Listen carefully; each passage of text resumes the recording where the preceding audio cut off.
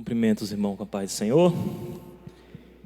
É muito bom estar aqui, porque sabemos que estamos aqui primeiramente para adorar o Senhor, para louvar o seu santo nome.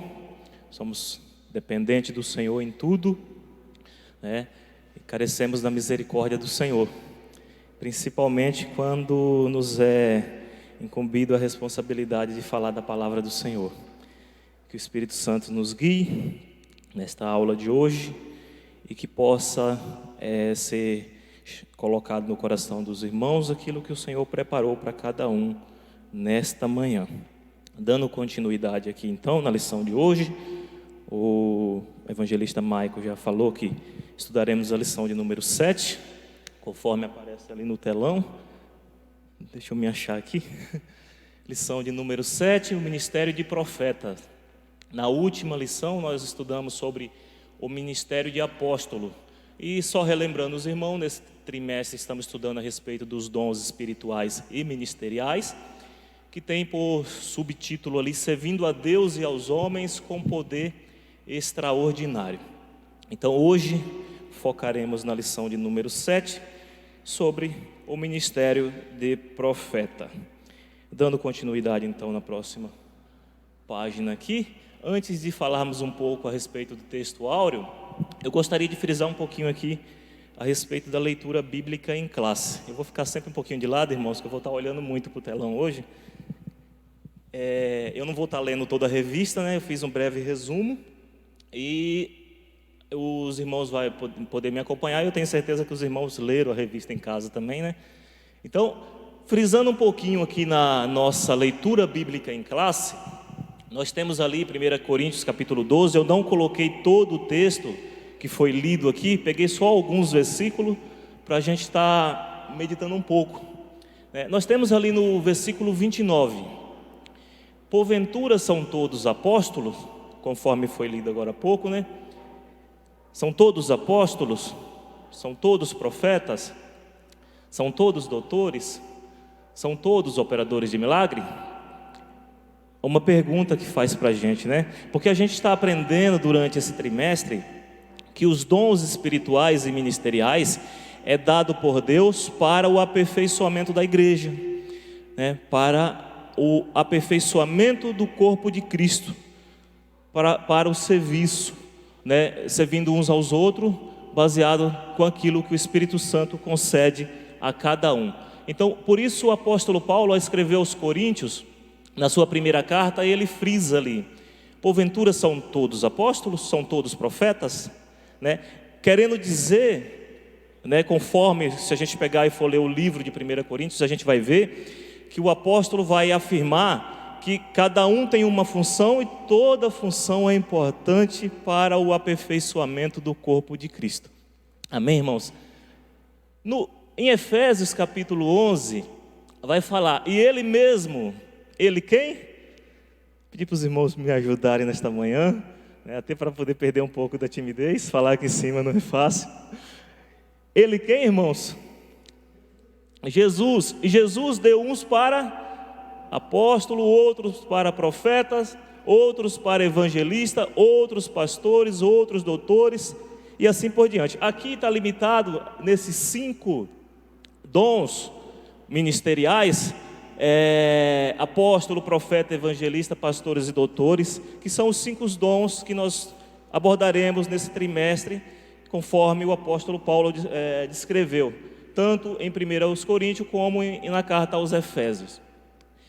Mas sabemos que além dos dons ministeriais, conforme estamos falando, estudamos na primeira etapa a respeito dos dons espirituais, conforme os irmãos já conhecem. Amém? Então, Jesus deu apóstolo para a igreja, profetas para a igreja, evangelista, pastores, doutores. Aí depois a gente vai ver que ele deu diácono, deu cooperador, deu as irmãs do círculo de oração, enfim, deu todos para o aperfeiçoamento do corpo. A gente vai ver lá no próximo versículo, querendo o aperfeiçoamento dos santos. Eu destaquei ali o aperfeiçoamento dos santos, irmãos, Porque ser santo precisa ser aperfeiçoado. A gente meditar um pouquinho nesta manhã. Querendo o aperfeiçoamento dos santos. Glória a Deus.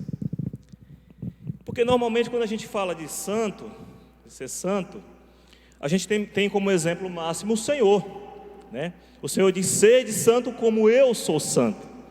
E Deus é perfeito, em Deus não há falha. Deus é santo por excelência, a gente sabe disso. Agora, nós somos chamados, eu e você também somos chamados de santos. E nós sabemos que não somos perfeitos.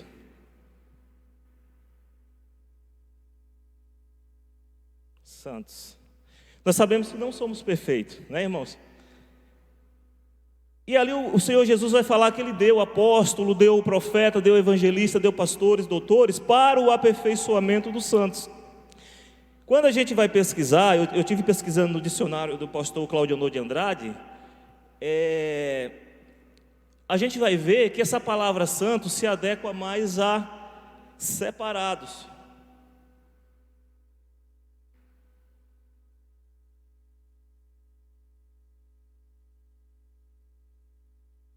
Claro, uma vez que Deus nos separou, quando a gente vai pesquisar a respeito da palavra igreja, a gente vai ver que lá no grego ela tem uma origem da palavra eclésia, e que significa tirados para fora. A Bíblia fala que a gente estava perdido no mundo, né? A gente estava perdido, e Jesus morreu para nos salvar. Ou seja, quando aceitamos Jesus como Salvador, que somos lavados pelo sangue do Cordeiro, nós somos tirados para fora, tirados do mundo, separados para quê?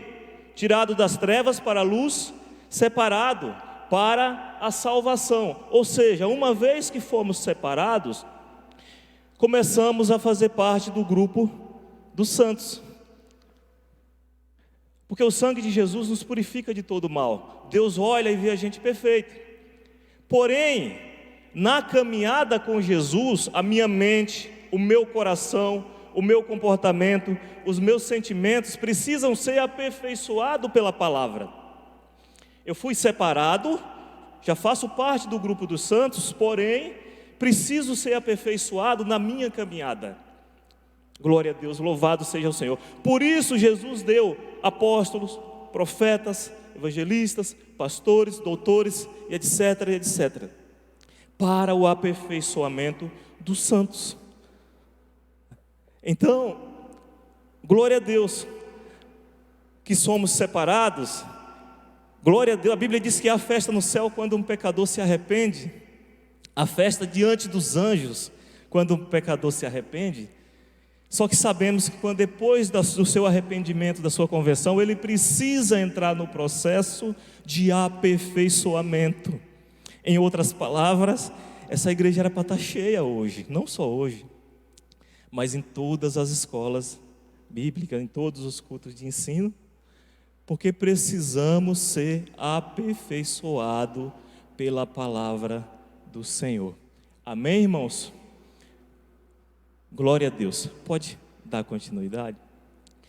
Agora voltando ao texto áureo, eu inverti. Agora voltando ao texto áureo, a gente vai ver ali que está escrito, o apóstolo Paulo fala: e a um pôs Deus na igreja, primeiramente apóstolo. Eu destaquei alguns nomes ali, os irmãos podem observar. Primeiramente apóstolo, em segundo lugar profetas, em terceiro doutores.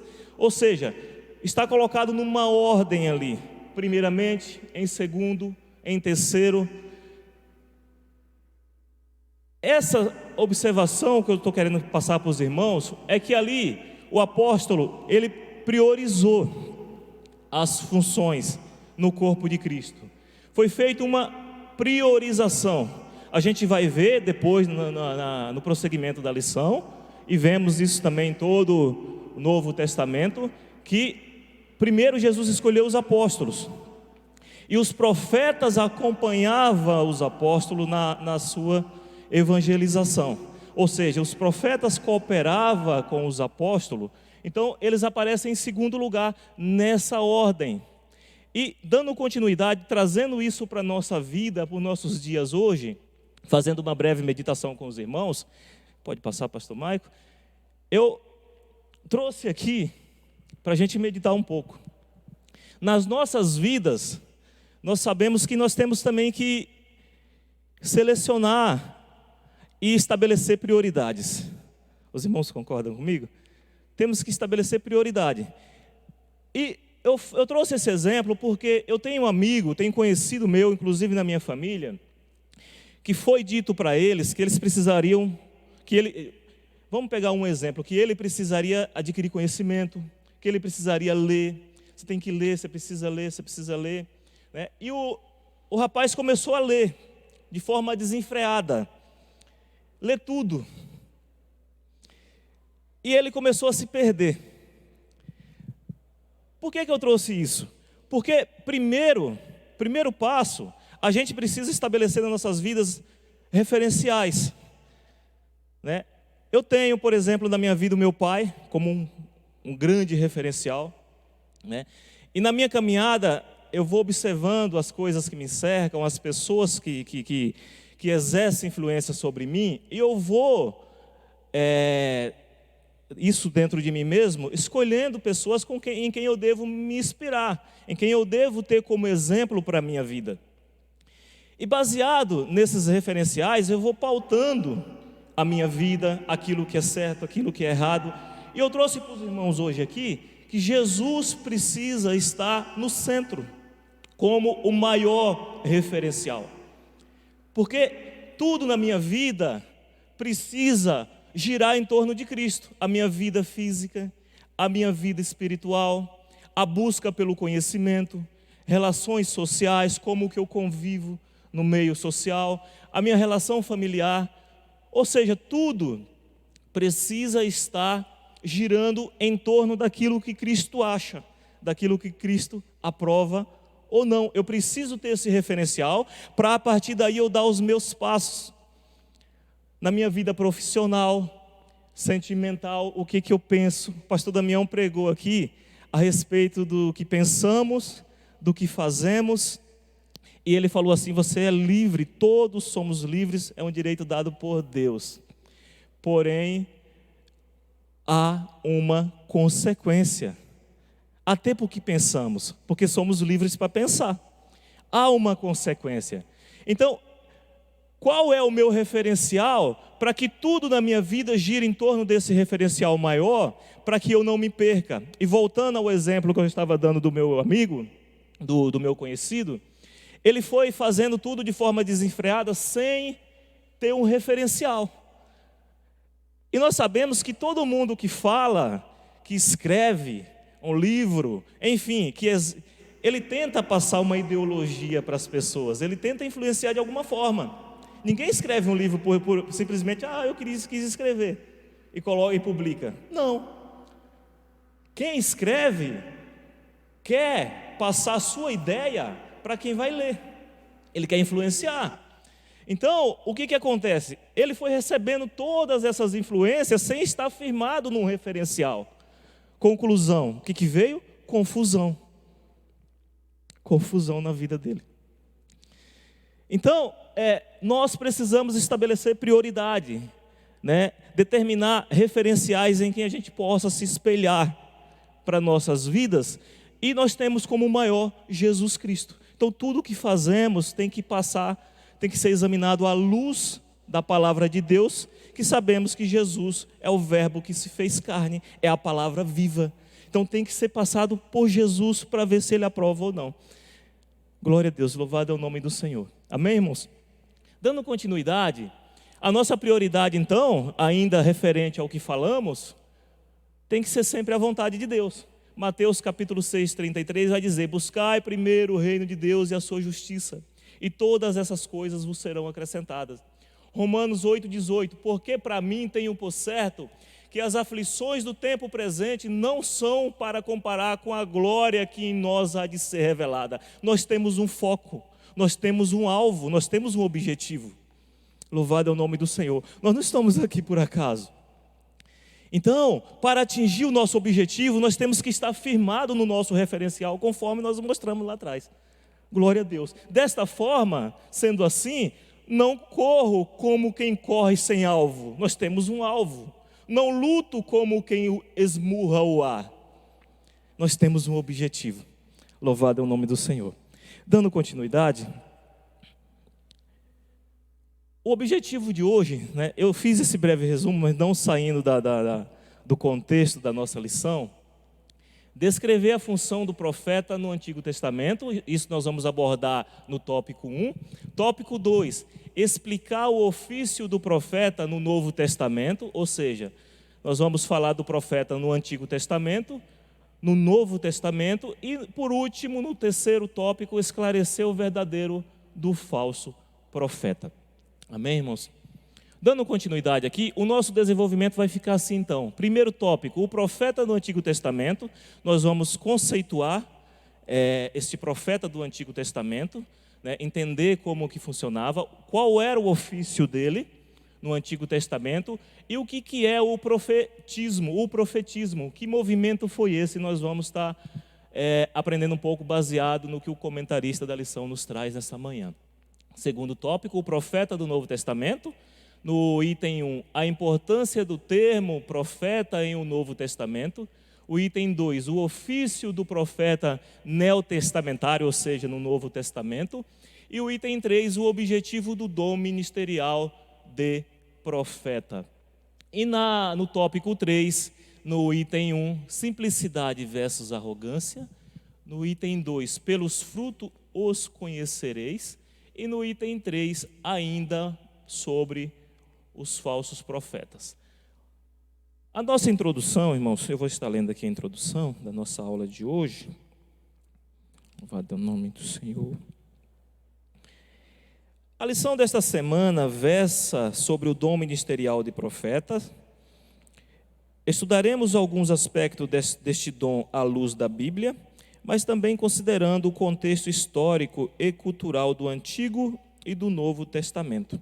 O ministério de profeta é altamente importante para os nossos dias, pois, de acordo com o ensino do apóstolo, tal ministério tem um valor excelso para a igreja de qualquer tempo e lugar. Ou seja, nós vamos estar abordando a respeito deste dom, né, como eu falei ali no Velho Testamento, de que forma ele era manifestado, no Novo Testamento, na igreja primitiva e inclusive nos dias atuais, que os dons, conforme já foi dito aqui pelo evangelista Maico, nosso coordenador, nós sabemos que os dons não cessaram, né? Existe uma corrente que são denominada a corrente dos cessacionistas, que acredita que os dons aconteceu apenas naquele momento lá da primeira igreja, no momento de Pentecostes, e depois, ou no princípio da igreja, e depois cessaram, que hoje não existe mais.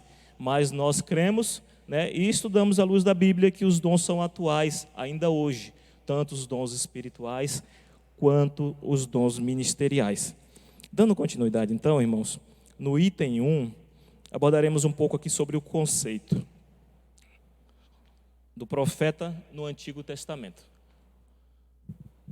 Eu fiz um breve resumo, ali eu coloquei no primeiro ponto ali, irmãos, conceito de profeta no Antigo Testamento: pessoa incumbida a falar em nome de Deus, ou seja, ele era uma pessoa levantada por Deus para falar ao povo em nome do Senhor.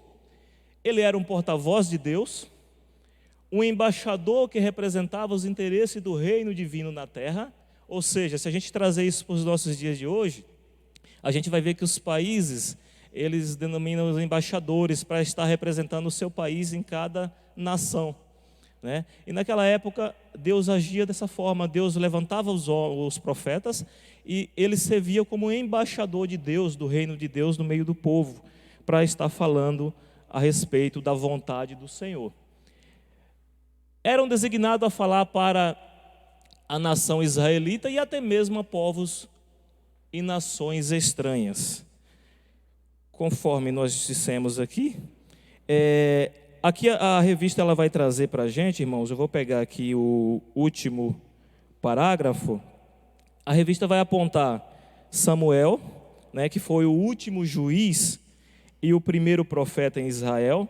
Aí a revista também vai apontar Elias, Eliseu, a profetisa Uda, né, voltando, se a gente lembrar aqui um pouquinho, voltar lá no livro de 2 Reis, conforme está aqui na revista, a gente vai ver que a profetisa Uda, ela profetizou num período do reinado do rei Josias, que foi um período onde o Estado de Israel, tanto o reino do norte quanto o reino do sul, se encontrava perdidos, né, irmãos? Profundamente mergulhado na idolatria, e a gente vai ver que os anteriores, os que antecederam esse rei Josias, tanto o seu pai, quanto o avô, quanto os outros, eles totalmente esqueceram da palavra do Senhor. Na verdade, a palavra do Senhor já não vivia mais no meio dele, ela vivia escondida, guardada lá em algum lugar, tanto é que esses homens se perderam. E aí a Bíblia vai nos dizer que Josias começou a reinar com 8 anos de idade. E aí buscaram a palavra do Senhor e trouxeram até ele. E aí a Bíblia fala que ele cai por terra, rasga suas vestes, se arrepende, e aí ele manda consultar a profetisa para ver o que Deus tinha para falar para a nação de Israel. Então, nesse período, a profetisa Uda profetizava em Israel.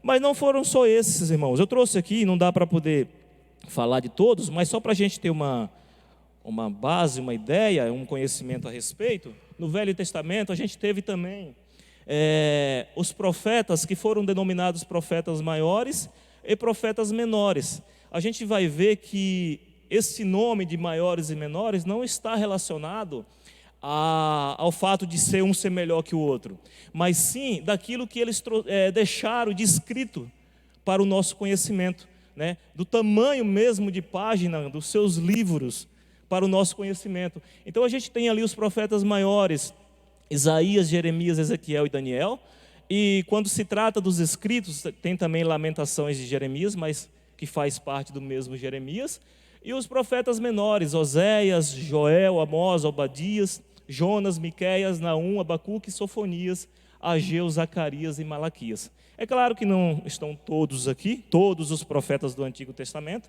Eu estou fazendo menção de alguns aqui para os irmãos terem uma ideia que era muito presente naquela época a ação dos profetas que eram usados pelo nosso Senhor Deus. Amém, irmãos? Dando continuidade no item 2, vamos falar um pouquinho aqui a respeito do ofício do profeta no Velho Testamento. Pode voltar um pouquinho, eu deixei passar ali. Ainda falando a respeito dos profetas, a gente vai ver, eu fiz uma separação dos profetas que atuaram antes do cativeiro. Os irmãos lembram qual é esse cativeiro, né, irmãos? O cativeiro da época que o rei Nabucodonosor invadiu Jerusalém, destruiu o templo, levou o povo cativo, ficaram por 70 anos. Então a gente tem aqui uma separação. Os profetas que atuaram antes do cativeiro, né?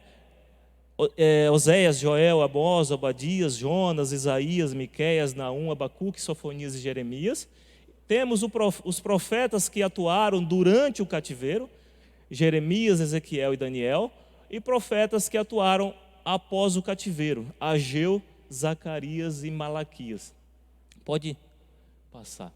O ofício do profeta no Velho Testamento. Através da inspiração divina, o profeta, ele desvendava o oculto, anunciava juízo, emitia conselhos e advertências divinas, inclusive aos reis de Israel. E era muito normal ele se apresentar ao povo, né, de forma, veio a mim a palavra do Senhor, ou assim diz o Senhor. Eles também se manifestavam através de símbolos, visões, naquele período para profetizar e para falar e para entregar a mensagem de Deus. E aqui na última parte aqui do texto, irmãos, que fala sobre o ofício, eu vou estar lendo aqui, ó. Contudo, após a divisão do reino de Israel, o profeta passou a ser perseguido, pois sua profecia confrontava diretamente a prepotência da nobreza e dissimulação dos sacerdotes e a injustiça social. Ou seja, em outras palavras, enquanto estava tudo bem, né, ou vamos pegar no período do reinado de Davi, por exemplo, irmãos, a Bíblia fala que Davi foi um homem segundo o coração de Deus. Por mais que teve, né, os seus pecados, as suas falhas, mas a Bíblia fala que Davi se arrependeu. Então, ainda que o profeta foi lá e repreendeu Davi, como nós temos o exemplo do profeta Natã, Davi reconheceu o seu erro, reconheceu a palavra do profeta diante de Deus e se arrependeu. Só que quando a gente vai um pouquinho para frente, depois de Salomão, que a gente vai ver que lá na frente Salomão se perde, e aí o reino, após o reinado de Salomão, o reino é dividido, né, onde entra Jeroboão, e aí ele toma posse, ele começa a reinar sobre 10 tribos, ou 10 tribos e meias, e é denominado Reino do Norte e Reino do Sul.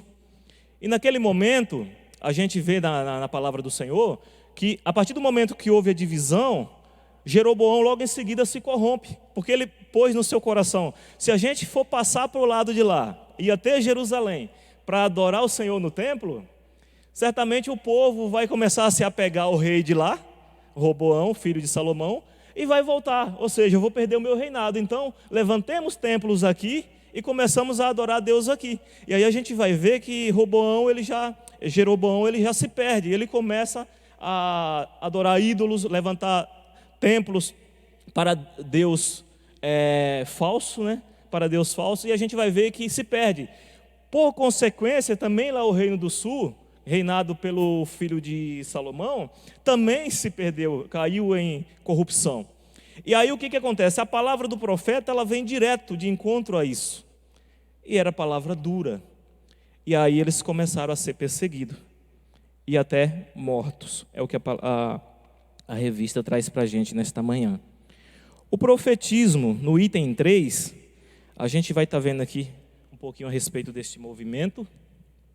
Período por volta do século 8 a.C., ou seja, por volta de 800 anos antes de Cristo, ocorreu tanto em Israel como em Judá, ou seja, tanto no Reino do Norte quanto no Reino do Sul, né? O objetivo era restaurar o monoteísmo hebreu, ou seja, voltar à fé em um Deus único que o povo tinha se corrompido através dos seus reis, combater a idolatria que tinha sido implantada e operava naquele momento através dos deuses pagãos, né, e proclamar o dia do Senhor e reavivar a esperança messiânica, ou seja, reavivar, lembrar de que um dia se levantaria um libertador, aquele que reina e reinará para todo sempre, que é o nosso Senhor Jesus Cristo, ao qual Israel até hoje ainda não reconheceu.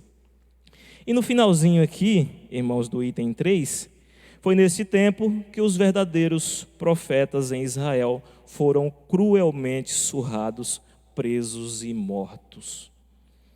Dando continuidade no item no tópico 2, o profeta no Novo Testamento. Glória a Deus. Tópico 2. Agora nós vamos ver um pouquinho do Novo Testamento. Item 1. A importância do termo profeta no Novo Testamento.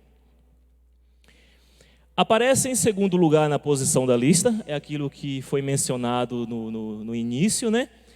Primeiro apóstolo, depois profetas. Então, aparece em segundo lugar, conforme 1 Coríntios 12, 28 e Efésios 4, 11. Alguém que acompanhava os apóstolos, ou seja, eles estavam sempre juntos com os apóstolos, né, cooperando, né, na comunhão com os santos. Junto com os apóstolos, cooperava para a edificação dos concidadãos dos santos e da família de Deus. Eu vou pedir para um dos irmãos, me ajudem, irmãos. Abre a Bíblia em Efésios capítulo 2, 19, capítulo 2, do 19 ao 22. Alguém poderia fazer essa leitura, irmãos? Que vai estar confirmando aquilo que nós estamos falando neste momento. Glória a Deus. Quem achar pode ler, viu? Pode ler, irmãos. Me ajudem. Efésios capítulo 2, do 19 ao 22.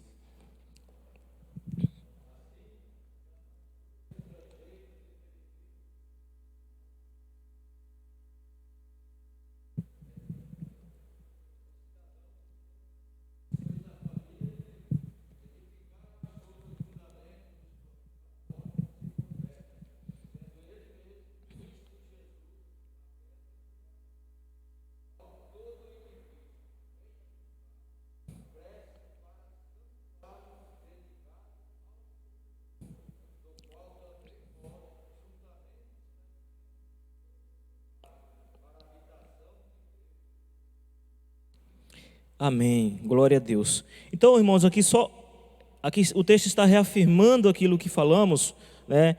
Aqui no começo vai falar aqui, ó, do versículo 19, assim já não sois estrangeiros. Voltando um pouquinho o raciocínio à nossa introdução, né? Uma vez que aceitamos Jesus como Salvador, passamos a fazer parte dos santos, da igreja do Senhor, membro da família de Deus, membro do corpo de Cristo. E aqui vai falar no versículo 20, edificado sobre o fundamento dos apóstolos e dos profetas, voltando aqui para o que estamos falando agora.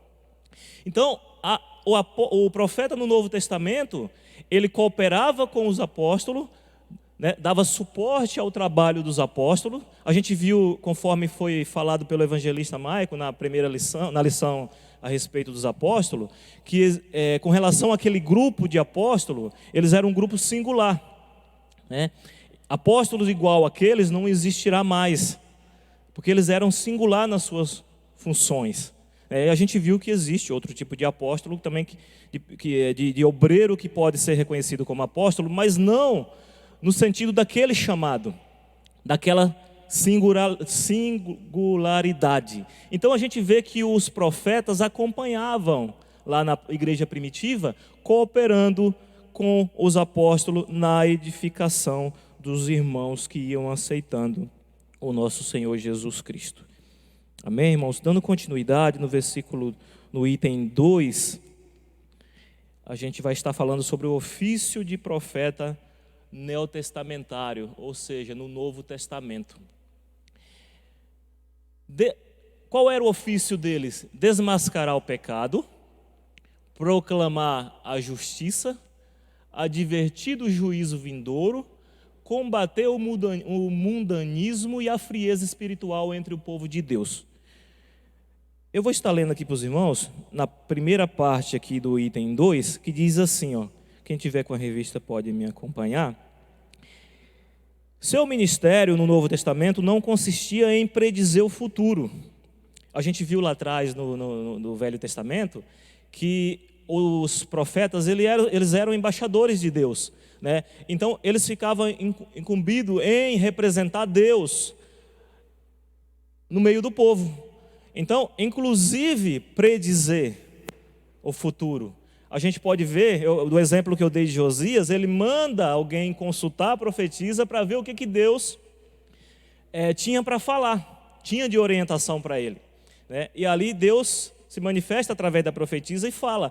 Ou seja, era uma função normal e comum e frequente no Velho Testamento predizer o futuro, né? E não só a profetisa Uda, mas a gente vai ver outros profetas como Samuel e como tantos outros que também faziam esse papel.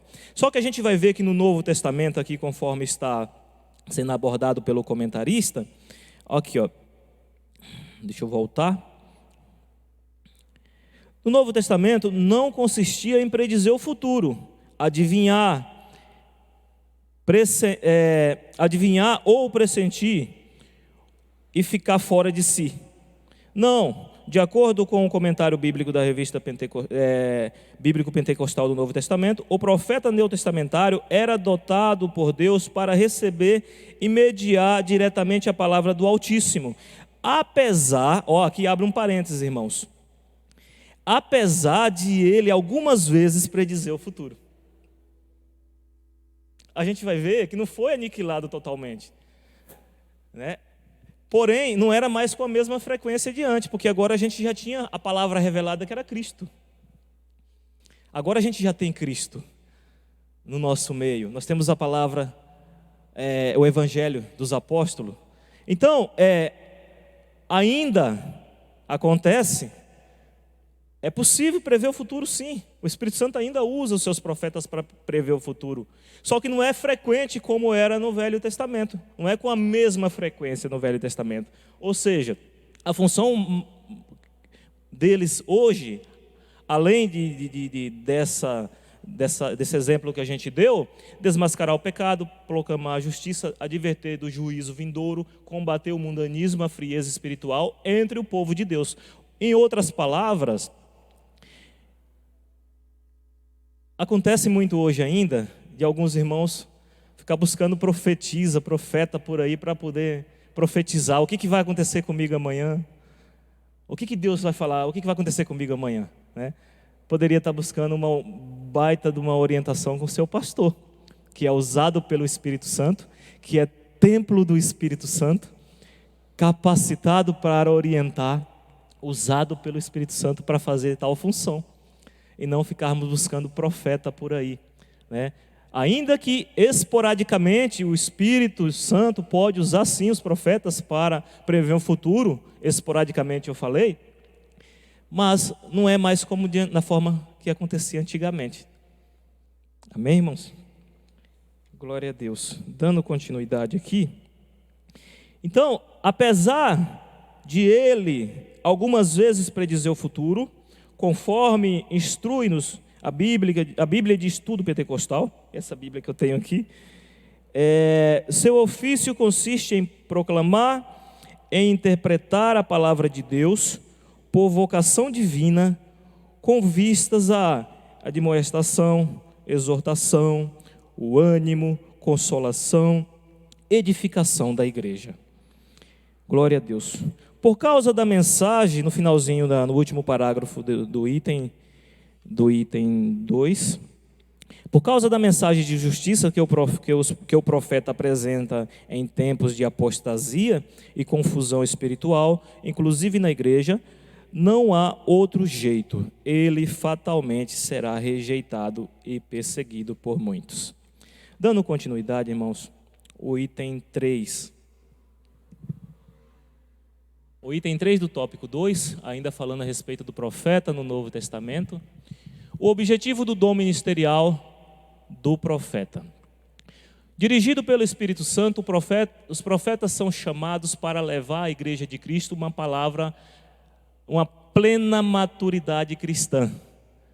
Repetindo, dirigido pelo Espírito Santo, os profetas são chamados para levar a igreja de Cristo uma plena maturidade cristã.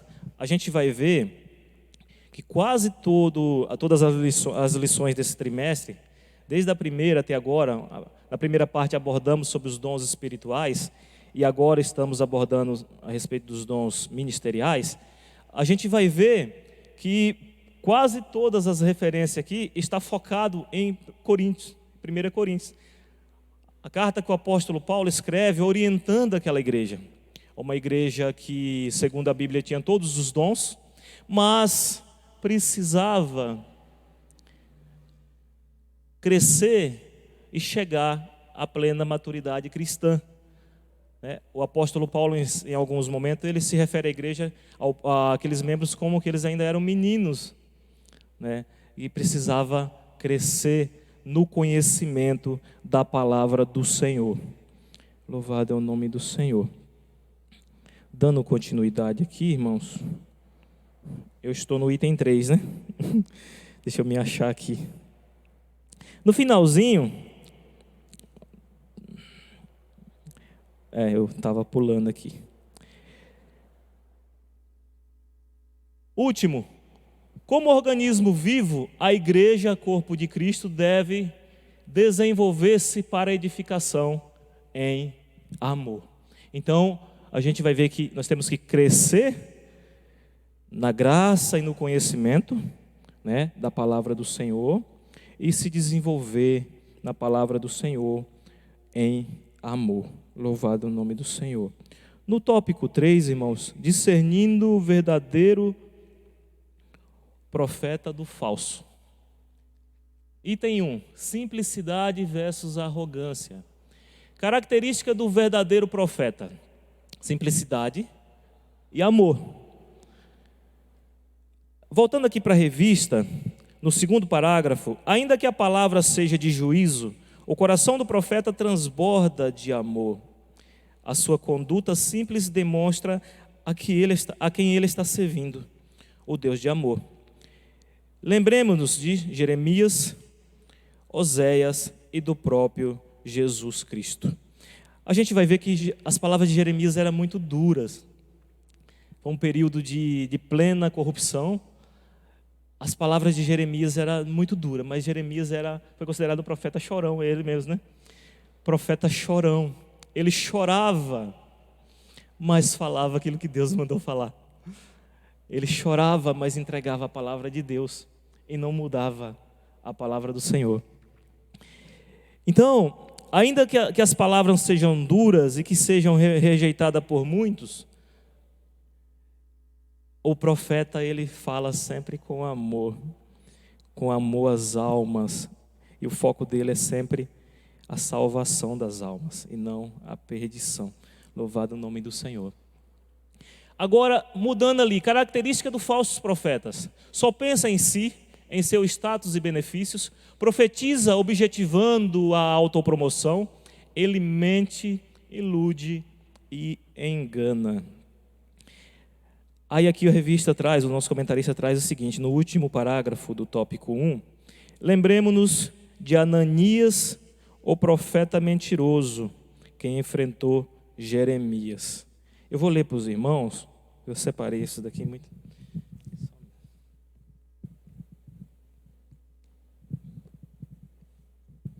A gente vai ver no capítulo 28 de Jeremias, que no momento em que o povo de Jerusalém foi levado, o povo judeu foi levado cativeiro pelo rei Nabucodonosor, né? O rei Nabucodonosor entrou lá em Jerusalém, destruiu o templo, levou o povo cativo, parte do povo cativo, e levou os utensílios da casa do Senhor para a Babilônia. E a Bíblia aqui vai dizer no capítulo 28 de Jeremias que levantou esse Ananias mesmo, né, irmãos? Ananias, e ele profetizou, e ele falou: assim diz o Senhor, da mesma forma como os profetas de Deus se apresentam. E aí ele diz que durante 2 anos, Deus ia entrar com providência, ia trazer de volta todos os utensílios que foram levados da casa do Senhor para a Babilônia. Ele profetiza isso ao povo, diante de Jeremias. E aí a Bíblia vai falar que logo após aquele momento, Jeremias se posiciona a respeito daquela palavra, porque Jeremias falou: antes de mim, os profetas que profetizaram relacionado a esse contexto, a profecia não era de bênção, mas era de correção. Então, se está vindo agora uma profecia de bênção, que esperemos, em outras palavras, eu estou contextualizando aqui com minhas palavras, que esperemos o cumprimento. Se de fato acontecer, a profecia é verdadeira. E a Bíblia diz que quando Jeremias se coloca, eu estou falando com minhas palavras, irmãos, para os irmãos entenderem, quando Jeremias fala isso, aí o profeta Ananias arranca digamos que um adorno que estava no pescoço de Jeremias, e ele quebra. E aí ele fala: assim diz o Senhor. Da mesma forma que esse objeto está sendo quebrado, Deus está quebrando da mão do rei Nabucodonosor tudo que foi levado e vai trazer de volta. Ele reafirma durante 2 anos. Aí Jeremias não fala mais nada, ele vai embora. E no caminho vem a palavra do Senhor a Jeremias. E aí Jeremias volta para trás e ele fala assim, a partir do versículo 15 do capítulo 28 de Jeremias. E disse Jeremias, o profeta Ananias, e disse Jeremias, o profeta a Ananias, ou seja, disse Jeremias a Ananias: ouve agora, Ananias, não te enviou o Senhor, mas tu fizeste que este povo confiasse em mentiras. Pelo que assim diz o Senhor: eis que te lançarei de sobre a face da terra, este ano morrerá, porque falaste em rebeldia contra o Senhor. E no versículo 17, e Ananias, o profeta, morreu no mesmo ano, no 7º mês.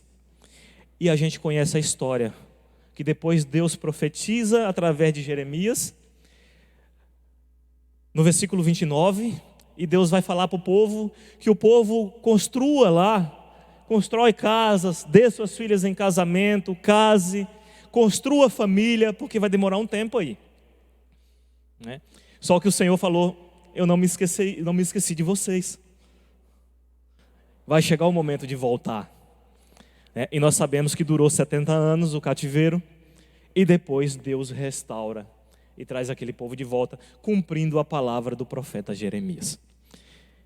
Então, em outras palavras, o falso profeta às vezes usa das mesmas palavras do verdadeiro profeta.